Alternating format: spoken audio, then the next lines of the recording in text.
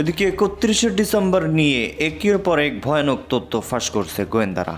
এমনকি 31শে ডিসেম্বর থেকে আবারও রাজপথে ঝাঁপিয়ে পড়ার ঘোষণা দিয়েছে আওয়ামী লীগের লক্ষ লক্ষ নেতাকর্মীরা। শেখ হাসিনাকে দেশে ফিরাতে সর্বশেষ অ্যাকশন চালানোর ঘোষণা দিয়েছে দলটির নির্বাহী কার্যালয় থেকে। গৃহযুদ্ধ কি আসলেই অবশ্যম্ভাবী? একদিক থেকে গৃহযুদ্ধের ডাক দেওয়া হচ্ছে প্রকাশ্যে, সরকারের উপদেষ্টা থেকে শুরু করে সরকারের যারা শুভাকাঙ্ক্ষী পরামর্শক, ছাত্র সমন্বয়কদের যারা পরামর্শক, তারা স্পষ্টত একটি গৃহযুদ্ধের ডাক দিচ্ছেন। অন্যদিকে 31 তারিখে কি সেনাবাহিনী ক্ষমতা দখল করবে, সেনাবাহিনী ক্ষমতা নিবে, কোন কি হতে যাচ্ছে বাংলাদেশে? এই সমন্বয়কদেরকে সবাইকে গ্রেফতার করা হবে, অ্যারেস্ট করা হবে, উপদেষ্টাদেরকে অ্যারেস্ট করা হবে। যে দেশে আজকে আমি, সেই স্বাধীন দেশের আমি আজকে সেনাপ্রধান। আপনারা জানেন সেনাবাহিনীর কিছু কিছু ইনফরমেশন আছে যেগুলো সংবেদনশীল। আবার আরেকটা বিষয় আছে যে ঢেকি স্বর্গে গেলে ধানই ভানে। গতকালকে যে ঘটনা ঘটিয়েছে আওয়ামী লীগের একজন নেতা, এটা নিয়ে পাল্টাপাল্টি বক্তব্য আছে। কেউ কেউ বলছেন যে ভাই সিচুয়েশনটা এমন হয়েছে যে সামনে যা পাইতেছে গণহারে নিতে হবে, এই ভূমিকাটাতে একটা দলের কিছু নেতাকর্মীরা অবতীর্ণ। দর্শক, দেশ প্রবাস দূরে কিংবা কাছে বসে যারা আমাদের দেখছেন, আশা করি সবাই ভালো আছেন। দর্শক, এই মুহূর্তে পাওয়া খুবই গুরুত্বপূর্ণ এবং এই বছরের সব থেকে গরম সংবাদ আপনারা শুনতে চলেছেন। তাই সবাইকে রিকোয়েস্ট করবো, সবাই একটু অন্য দিনের তুলনায় বেশি গুরুত্বপূর্ণ, সেই কারণে সবাই একটু খেয়াল দেবেন। দর্শক, বাংলাদেশে রীতিমতো ইতিমধ্যে গৃহযুদ্ধ শুরু হয়ে গেছে। 31শে ডিসেম্বর নিয়ে সারা পৃথিবীতে বাংলাদেশ সম্পর্কে আলোচনা শুরু হয়েছে। কি হবে 31শে ডিসেম্বর? একটু একটু আভাস পাওয়া গেছে, সেটা হলো 31শে ডিসেম্বর ক্ষমতা নিবে সেনাপ্রধান। মাত্র একটি সংবাদ মাধ্যমে এসেছে, জানি না কি হতে চলেছে, তবে আজকের সংবাদটি দেখলে সবাই একটু খেয়াল বা শিওর হয়ে যাবেন যে 31শে ডিসেম্বর কি হতে যাচ্ছে।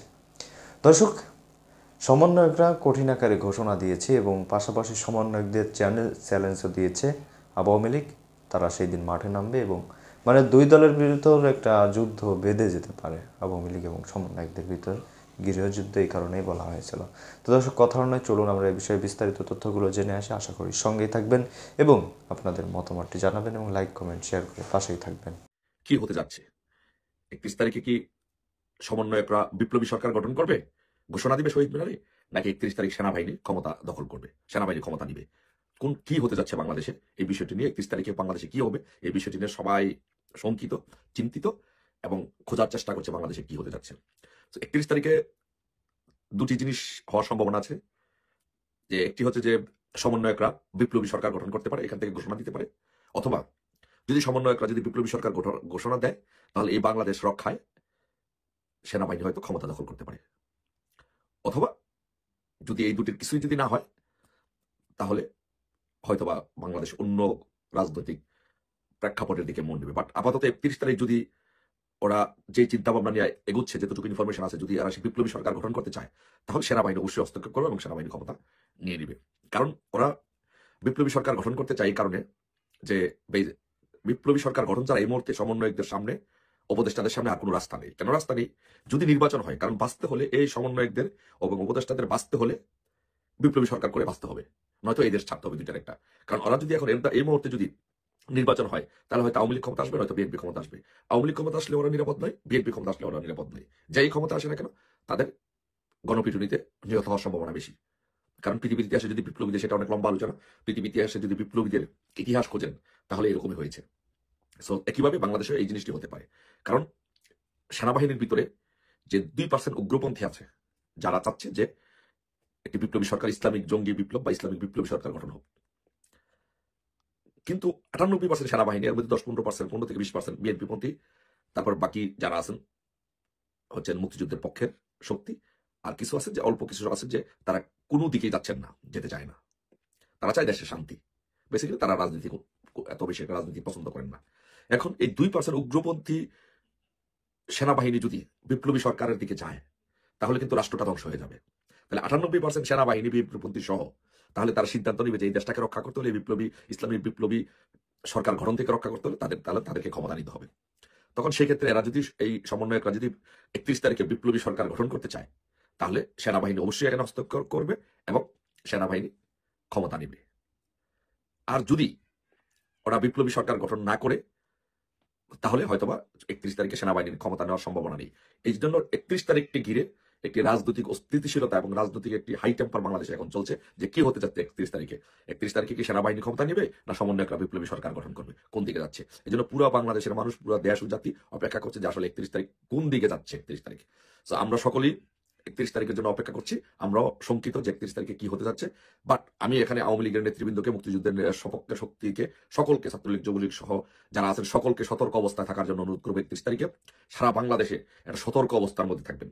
যদি বিপ্লবী সরকার গঠন হয় তাহলে সেনাবাহিনী অবশ্যই হস্তক্ষেপ করবে এবং সেনাবাহিনী ক্ষমতা নেবে। সেনাবাহিনী ক্ষমতা নেওয়ার সাথে সাথে ধরে নিতে হবে যে আমাদের একটি প্রাথমিক বিজয় হয়েছে। প্রাথমিক বিজয় হলে সাথে সাথে এদেরকে, এই সমন্বয়কদেরকে সবাইকে গ্রেপ্তার করা হবে, অ্যারেস্ট করা হবে, উপদেষ্টাদেরকে অ্যারেস্ট করা হবে। রাজপথের সাথে সাথে আমাদের সকলের রাজপথে অবস্থান নিয়ে সারা দেশ একসাথে আমাদের শক্তির জানান দিতে হবে, শক্তির মহড়া দিতে হবে, প্রদর্শন করতে হবে এবং রাজপথ যেন 31 তারিখ আমাদের থাকে সেই ব্যবস্থা করতে হবে। গৃহযুদ্ধ কি আসলেই অবশ্যম্ভাবী? কেন প্রশ্ন করছি? একদিক থেকে গৃহযুদ্ধের ডাক দেওয়া হচ্ছে প্রকাশ্যে, সরকারের উপদেষ্টা থেকে শুরু করে সরকারের যারা শুভাকাঙ্ক্ষী পরামর্শক, ছাত্র সমন্বয়কদের যারা পরামর্শক, তারা স্পষ্টত একটি গৃহযুদ্ধের ডাক দিচ্ছেন। অন্যদিকে আমরা যারা মুক্তিযুদ্ধের চেতনাকে এখনো পর্যন্ত মনে প্রাণে ধারণ করি, লালন করি, তারাও আমরা গৃহযুদ্ধের আশঙ্কা করছি যে এই বাংলাদেশকে পরিশুদ্ধ করতে হলে সম্ভবত আসলেই একটা যুদ্ধের প্রয়োজন রয়েছে। এটি অন্য পক্ষের যে আহ্বান গৃহযুদ্ধের, তার পরিপ্রেক্ষিতে আমরা কথা বলছি, তাদের যে আস্ফালন নানান মাত্রায়। এবং এই গৃহযুদ্ধের প্রসঙ্গ নিয়ে আবার কেন কথা বলছি? সরকারের অন্যতম সমর্থক, বিশেষ করে ছাত্র সমন্বয়কদের যিনি পরামর্শক, শুভাকাঙ্ক্ষী, কবি, প্রাবন্ধিক, যাকে অনেকে রাষ্ট্রচিন্তক বলে অভিহিত করেন, ফরাদ মজহার নতুন করে গৃহযুদ্ধের অবসম্ভাবিতার কথা বলেছেন এবং একই সঙ্গে তিনি বলেছেন যে সাংবিধানিক প্রতিবিপ্লব হয়েছে এর মধ্যে। সেটি কেমন ব্যাখ্যা করছি। এবং ফরাদ মজহারের মতন মানুষেরা এই মুহূর্তে আসলে কোন বিভ্রান্তির মধ্যে জাতিকে রাখতে চায়, কোন দিকে নিয়ে যেতে চায়, তার যে কথাবার্তা সেগুলো একটু খণ্ডন করার চেষ্টা করবো। আন্তর্জাতিক গণমাধ্যম ডয়েচে ভেলের পক্ষ থেকে, ডয়েচে ভেলে বাংলাদেশের ব্যুরো চিফ, আমার অগ্রজ সাংবাদিক হারুনুর রশিদ, তিনি তার একটি চমৎকার ইন্টারভিউ করেছেন এবং তার মধ্য দিয়ে ফরাদ মজহারের যে বক্তব্য উঠে এসেছে কতটা অসংলগ্ন এবং উদ্দেশ্য কি অসংলগ্ন হলেও আসলে একটি পক্ষ কি চাই তা স্পষ্ট হয়ে উঠেছে। আমি তার বক্তব্যের কিছু কিছু অংশ তুলে ধরে আমার নিজের বক্তব্য খণ্ডন করার চেষ্টা করব। একটু ধৈর্য সহকারে শোনার চেষ্টা করছি, অবশ্যই খুব বেশি লম্বা হবে না, সামান্য কিছু। ফরাদ মজহার বলছেন ডয়েচে ভেলেকে, গণ আন্দোলন থেকে গণশক্তি, গণশক্তি থেকে গাঠনিক ক্ষমতা, এই রূপান্তরটুকু আমরা করতে পারিনি, এটি আমাদের ব্যর্থতা। এই জন্য আমি এটাকে সাংবিধানিক প্রতি বিপ্লব বলছি। আইনের কথা বলে জনগণের অভিপ্রায়কে নস্যাৎ করে দেওয়া হয়েছে পূর্ণ সংবিধানের অধীনে, ফ্যাসিস্ট সংবিধানের অধীনে আমরা নিয়ে গিয়েছি পুরো গণঅভ্যুত্থানকে। অর্থাৎ তিনি তো কথা কথা সংবিধান ছুঁড়ে ফেলার কথা বলেন, ছাত্র সমন্বয়কের সংবিধান ছুঁড়ে ফেলার কথা বলেন। এখনো যেহেতু সংবিধানকে ছুঁড়ে ফেলা যায়নি, তারা যে নতুন করে সংবিধান লেখার কথা বলছেন অথবা গণতন্ত্র লেখার কথা বলছেন, সেটি এখন করা যায়নি। বর্তমান সংবিধানের অধীনেই রয়েছে এই সরকার। এই কারণে তিনি বলছেন সাংবিধানিক প্রতি বিপ্লব হয়েছে। সংবিধান ছুঁড়ে ফেললেই কি বিপ্লব হয়ে গেল? সংবিধান ছুঁড়ে ফেললেই কি বাংলাদেশের আপাদমস্তক মানে আমূল সব ধরনের সংস্কার হয়ে যাবে? সংবিধানে কত কি লেখা রয়েছে মানুষের কল্যাণে, রাষ্ট্রের কল্যাণে, কল্যাণমূলক রাষ্ট্রের জন্য। প্রতিটি সরকার তার ইচ্ছে মতো সংবিধান কাটাছেড়া করেছে, ঠিক মতো অনুসরণ তো করেনি। তাহলে এই সংবিধান ছুঁড়ে ফেলে নতুন গণতন্ত্র বা সংবিধান লিখলেও সেটি পরবর্তী সরকারগুলো কতটুকু অনুসরণ করবে? এবং বর্তমান যে অন্তর্বর্তী সরকার, সেই সরকারের ম্যান্ডেট নিয়েও প্রশ্ন তোলা হয়েছে যে এই সরকারের ম্যান্ডেট কি, যে সংবিধান ছুঁড়ে ফেলবে। ডয়েচে ভেলের এই প্রশ্নের পরিপ্রেক্ষিতে আমি বলবো ফরাদ মজহার ঔদ্ধত্য দেখিয়েছেন। তিনি আমাদের মুক্তিযুদ্ধের ম্যান্ডেট নিয়ে প্রশ্ন করেছেন। তিনি কি বলছেন? এই সরকার অবশ্যই ম্যান্ডেট পেয়েছে, রক্ত দিয়ে পেয়েছে। আপনি যে প্রশ্নটি করলেন সেটা সম্পূর্ণ ভুল ধারণা। সাংবাদিক হারুনুর রশিদকে বলছেন এটার জন্য কি লোক শহীদ হয়নি? একটা প্রশ্নের জবাব দেন। আমরা কি দেশ স্বাধীন করার ম্যান্ডেট পেয়েছি? তাহলে আমরা ৭১ স্বাধীন হলাম কি করে? মুক্তিযুদ্ধ করেন নাই? লোক মরে নাই? অবশ্যই মরেছে। কিন্তু কিসের সঙ্গে তিনি কি তুলনা দিচ্ছেন? মুক্তিযুদ্ধ কিভাবে সংগঠিত হলো? দেশের ৭ কোটি মানুষের, যখন পূর্ব পাকিস্তান ছিল, তাদের যে প্রবল আকাঙ্ক্ষা ২৩ বছরের নাগ পাশ থেকে মুক্ত হতে, ১০০০ বছরের শোষণ থেকে মুক্তির জন্য যে মুক্তির একটা যুদ্ধ দরকার, তারা তো সেই প্রিপারেশন নিয়েছিল। স্বাধীনতার যুদ্ধের জন্য তারা প্রস্তুতি নিয়েই সরাসরি রণাঙ্গনে ঝাঁপিয়ে পড়েছিল। তাহলে এটা ম্যান্ডেট নিয়ে প্রশ্ন তোলা কি আছে? এই গণঅভ্যুত্থানে আগে তো এত সংস্কার, সংবিধান ছুঁড়ে ফেলা এরকম কেউ এই ধরনের ধারণা কেউ দেয়নি বা বক্তব্যও তুলে ধরেনি। কিন্তু ৭১ সেটি হয়েছে যে আমাদের নিশ্চিত মুক্তির দরকার, একটা যুদ্ধের প্রয়োজন।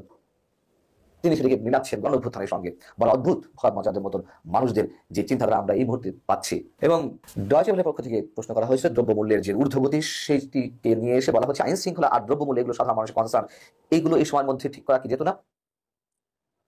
উত্তরে ফরাদ মজহার বলছেন যে উপদেষ্টা সরকারকে তো রাজনৈতিক দল কোনো ক্ষমতাই দেয়নি, তাহলে কি করে তারা সিন্ডিকেট ভাঙবে? সিন্ডিকেট ভাঙতে তো পাওয়ার লাগবে, সেটা তো সংবিধান দ্বারা বদ্ধ। অদ্ভুত সব কথাবার্তা, বিচিত্র কথাবার্তা। রাজনৈতিক দলগুলো এই সরকারকে সহায়তা করার চেষ্টা করে যাচ্ছে নিয়মিতভাবে। এবং পাওয়ার না দেওয়ার কি হলো? পাওয়ার যে এক্সারসাইজ আমরা দেখছি বর্তমান সরকারের বিভিন্ন ক্ষেত্রে, নাম দেওয়া হয়েছে অন্তর্বর্তী সরকার। একটা সরকারের পর থেকে আরেকটি সরকারের মেলবন্ধন ঘটানোর জন্য অন্তর্বর্তী সরকার, একটি নির্দিষ্ট সময়ের জন্য। সেই সরকারের আর কত ক্ষমতা দরকার? কত ক্ষমতা চর্চা দেখছি বিভিন্ন ক্ষেত্রে। আর সিন্ডিকেট ভাঙতে পারবে না মানে? সিন্ডিকেট ভাঙার জন্য কি আলাদা ক্ষমতা দেওয়া দরকার? আমাদের প্রধান উপদেষ্টা ছাত্রদের সঙ্গে তিনি এই মন্তব্য করে বলছেন, সিন্ডিকেট কি সব কথাবার্তা হচ্ছে আমি বুঝি না। তিনি সিন্ডিকেট বোঝেন না, তিনি বোঝেন একটা সুন্দর বাংলাদেশ গড়তে হবে। তিনি আবার বিশ্বসেরা অর্থনীতিবিদ। ফরহাদ মজা বলছেন যে পলিটিক্স দুইটি ভাগে ভাগ হয়ে গেছে। জনগণ নতুন গণতন্ত্র চায়, নতুন বাংলাদেশ গড়তে চায়, আর রাজনৈতিক দলগুলো চায় তারা জনগণকে ক্ষমতায় আসতে দেবে না। জনগণ যে সংবিধান সমস্যা চায়, সংবিধানের পরিবর্তন চায়, চলে ফেলতে চায়, তার ব্যারোমিটার কি? যে যার ইচ্ছা মতো জনগণের দোহাই দিয়ে চলেছে এই বাংলাদেশে, যার যখন প্রয়োজন হ্যাঁ না ভোট দিতে হবে সে প্রসঙ্গেও তিনি কি অদ্ভুত উত্তর দিয়েছে, একটু শুনুন। এখানে প্রশ্ন ছিল যে নতুন গণতন্ত্র সেটি কি এভাবে হবে না ভোটের মাধ্যমে হবে, গণভোটের মাধ্যমে? তিনি বলছেন কেন গণভোট হবে? গণভোট করে গণভুত্থান হয়েছে, এটা হলো পলিটিক্যাল অর্গানাইজেশন। জনগণ যদি ক্ষমতায় থাকে তারা জিতবে, আর জনগণ যদি না পারে তো জিতবে না। তবে আগামী দিনে চোখের সামনে একটা গৃহযুদ্ধ দেখতে পাচ্ছি, এবং এটার জন্য সাংবাদিকরাও দায়ী, গণমাধ্যম দায়ী, কারণ বাংলাদেশের যে মূল প্রশ্নগুলো তা আমরা এড়িয়ে যাচ্ছি। কি বলা আছে কিন্তু এই সব বিষয় নিয়ে আমাদের আলোচনা করতে হচ্ছে, কারণ এই ফরহাদ মজার মতো মানুষেরা তারা পুরো বাংলাদেশকে নানান তত্ত্ব দিতে গিয়ে অস্থির করে ফেলছেন। তিনি গণভোটেরও পক্ষপাতী নয়। একটা রেফারেন্ডামের তো প্রয়োজন আছে সংবিধান সমস্যা করতে গেলে, অথবা এই সরকার আরো কতদিন থাকতে চায়, দীর্ঘদিন থাকতে গেলেও তো সেই ধরনের গণভোটের প্রয়োজন আছে, সেটাকে আবার তিনি করতে দেবেন না। উদ্ভট সবচেয়ে ভাবনা। এবং বলছেন প্রয়োজনে গৃহযুদ্ধ হবে, গৃহযুদ্ধ অবশ্যম্ভাবী। অবশ্যই গৃহযুদ্ধ সম্ভবত গৃহযুদ্ধ থেকে নিয়ে যাচ্ছে।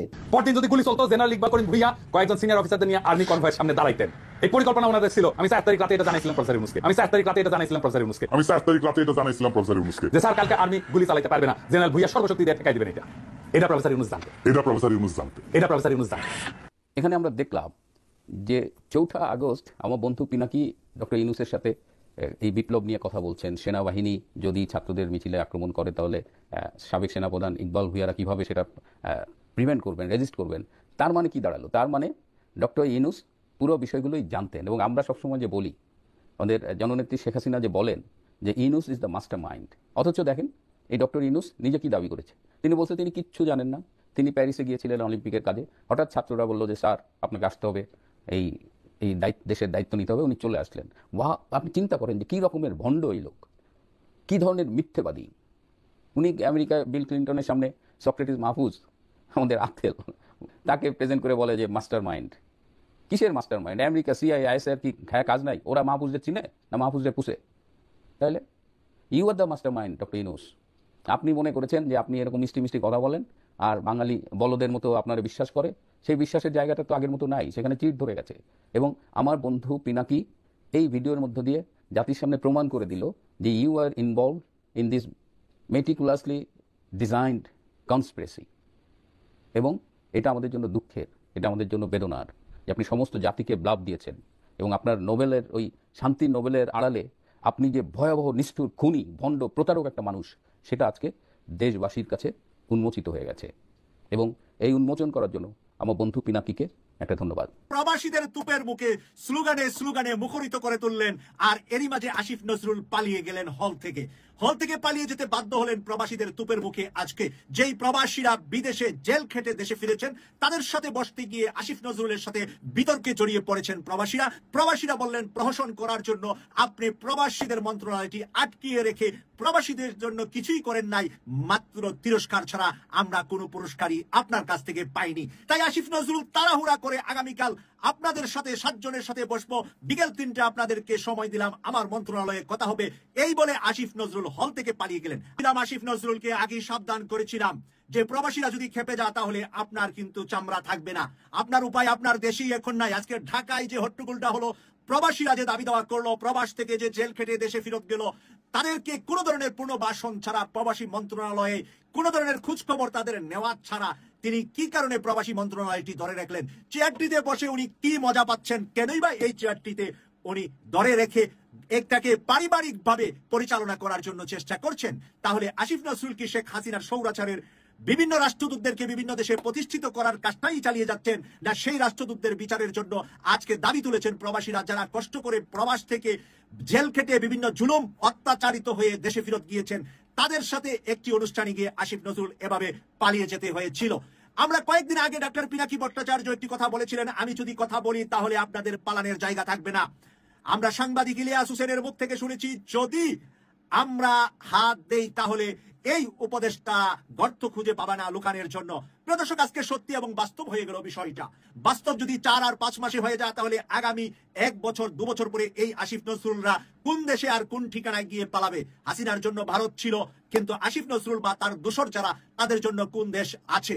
আজকের এই প্রবাসীদের পক্ষে আমরা জোরালোভাবে দাবি জানাচ্ছি যে প্রবাসীদের সকল ধরনের সমস্যার সমাধান যদি আপনি করতে না পারেন, তাহলে একজন যোগ্য প্রবাস থেকে নিয়ে একজন প্রবাসীকে প্রবাসী মন্ত্রণালয়ে দায়িত্ব দেন, তাহলে অন্তত প্রবাসীরা তাদের সঠিক অধিকার পাবে। প্রবাসে থেকে তাদের ন্যায্য পাওনাগুলা তারা প্রবাস থেকে যেন এম্বাসির মাধ্যমে, হাই কমিশনের মাধ্যমে তারা পায়।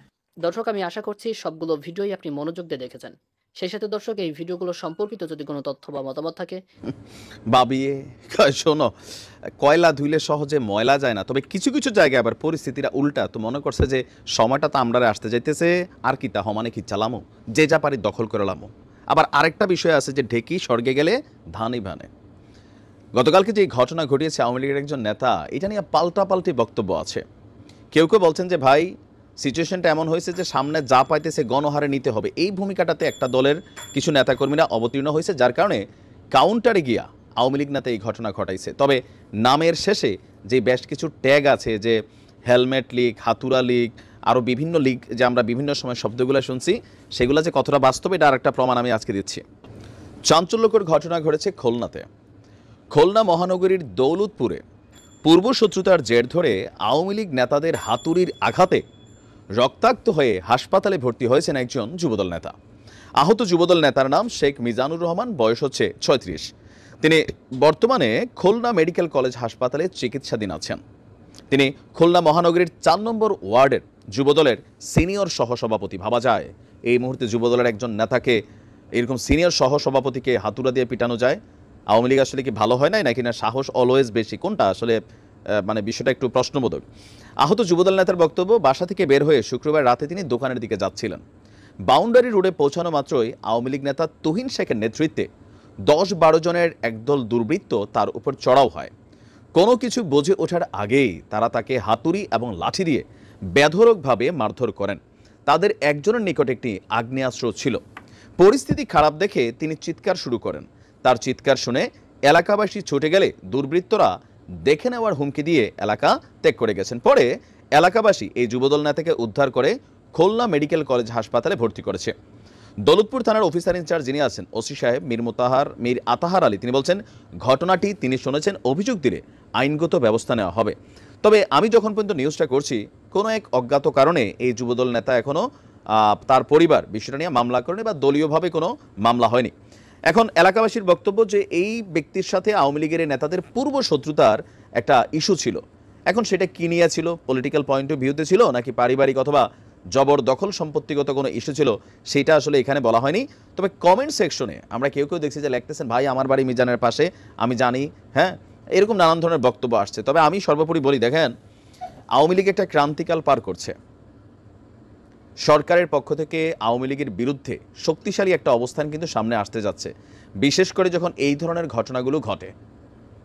এখন এখানে গণমাধ্যমে যে নিউজটা আসছে, কেউ কেউ বলছেন ভাই গণমাধ্যম তলে যে এরকমই নিউজ করে, ঘটনার পিছনে আরও ঘটনা আছে, তো আপনি প্রমাণ দেন ভাই। আমরা তো গণমাধ্যমকে বেসিস করে নিউজ করা লাগে। তবে আওয়ামী লীগের অনেক নেতাকর্মী আছেন যারা এখনও অনেকটা এরকম ডেসপারেট মেন্টালিটিতে আছেন। সময়, পরিবেশ, পরিস্থিতি বুঝা যে কোনো সিদ্ধান্ত নেবেন, কারণ আপনার একের কর্ম এই মুহূর্তে আরও 10 জনের জন্য কিন্তু বিপদ হয়। এখনও অনেক এলাকা আছে, লোকাল এরিয়াগুলোতে আওয়ামী লীগ নেতাদের প্রভাব প্রতিপত্তি কিন্তু যথেষ্ট আছে। বাট আপনি আপনার এলাকায় একটা ঘটনা ঘটাচ্ছেন, এই ঘটনার ইফেক্ট সারা বাংলাদেশে ছড়িয়ে ছিটিয়ে থাকা আরও অসংখ্য আওয়ামী লীগ নেতাকর্মীদের উপর ইফেক্ট তৈরি করে। কারণ যুবদল মনে করে, বিএনপি মনে করে, আচ্ছা ওইখানে খেলা দেখাইছো, আমরা এখানে খেলা দেখাবো, এরকম নানান চিন্তাভাবনা কিন্তু তাদের মধ্যে কাজ করে। তো আশা করি আপনারা যারা এখনও দেশে বিভিন্ন জায়গায় লুকিয়ে আছেন, একটু সব কিছু হিসাব নিকাশ করে করবেন, যেন আপনার জন্য দলের যারা ভালো নেতাকর্মী ছিল, আওয়ামী লীগ করছে ঠিক আছে, কিন্তু এখন একটা মামলা হলে গণমামলা হবে, এই 10-12 জনের সাথে আরও 50 জনকে দিয়ে দিবে। নিরীহ মানুষগুলোকে বিপদে ফেলবেন না, ভেবেচিন্তে কাজ করবেন। ভালো থাকুন, আসসালামু আলাইকুম। তো দর্শক, দেখলেন খুব গুরুত্বপূর্ণ প্রতিবেদন। এতক্ষণ আমাদের সাথে থাকার জন্য সবাইকে ধন্যবাদ জানাচ্ছি। দর্শক, এতক্ষণ আমাদের সাথে যারা ছিলেন আলোচকবৃন্দ, তাদেরকেও ধন্যবাদ জানাই। তিনারা খুবই সুন্দর এবং খুবই তথ্যবদ্ধ আপনাদের সামনে তুলে ধরেছিলেন। দর্শক, এখন এই বিষয়ে আপনাদের মূল্যবান মতামত কী হবে অবশ্যই একটু কমেন্টে জানিয়ে দিন, এবং পরবর্তী আপডেট যারা পেতে চান অবশ্যই আমাদের চ্যানেলটি সাবস্ক্রাইব করে রাখবেন, এবং যারা চান যে শেখ হাসিনা আবারও দেশে আসুক তারা অবশ্যই কমেন্টে লিখবেন, আর যারা চান যে ডক্টর ইউনূস সাহেব ক্ষমতা চালাক এবং দেশটাকে সুন্দরভাবে পরিচালনা করুক তারা কমেন্টে বি লিখবেন। তো কথা নয়, চলুন আমরা আজকের মতো বিদায় নিই এবং পরবর্তী আপডেট যারা পেতে চান, যারা এখনও সাবস্ক্রাইব করেন, অবশ্যই চ্যানেলটি সাবস্ক্রাইব করে রাখবেন। ধন্যবাদ এতক্ষণ আমাদের সাথে থাকার